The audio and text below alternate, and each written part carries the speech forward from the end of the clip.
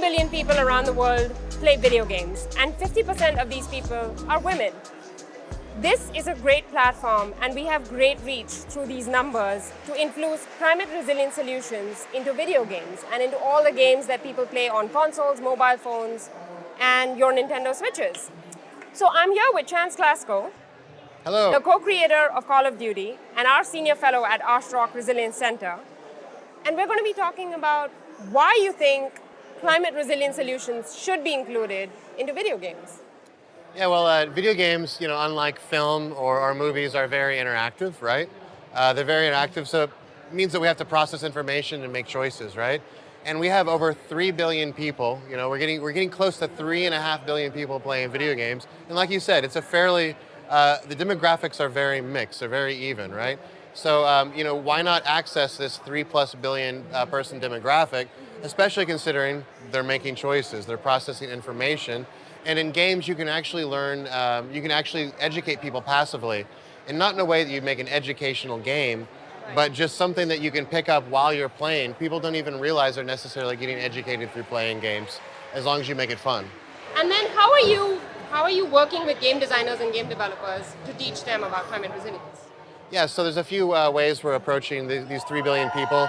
We're working with game developers first. We're getting game developers workshops, game design workshops that teaches them how to make games for change, specifically in the climate area, right? There's a lot of game developers that are passionate about this issue, and they want to include these topics in the game, but they don't know how to integrate it in a way that's fun, in a way that just really fits, Yeah. People don't want to feel like they're playing an educational game. They want to relax and feel like they're playing a fun game.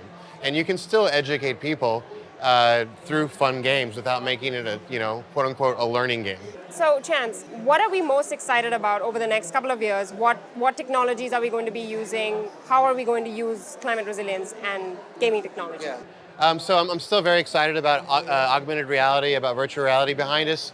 We have a demo, a video from our virtual reality prototype, which puts players in a scenario where they get to be in Miami and see kind of like a post-tropical storm, that's flooding.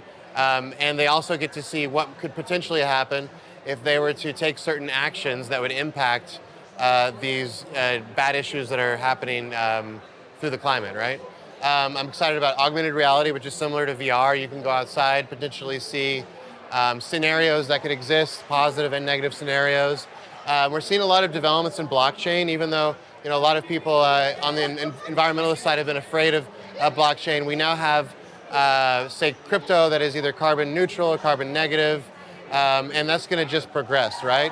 And we can integrate those into games so that people might actually be offsetting carbon by playing a game, right? This is technically possible, right? Yeah. And so any of these emerging technologies and finding just ways that we can integrate them into our mission, which is making people more resilient to climate.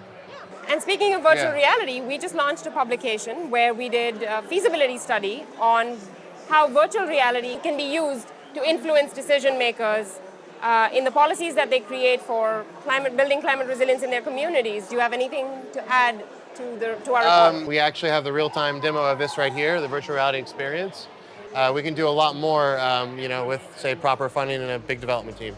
Thank you so much. Yeah.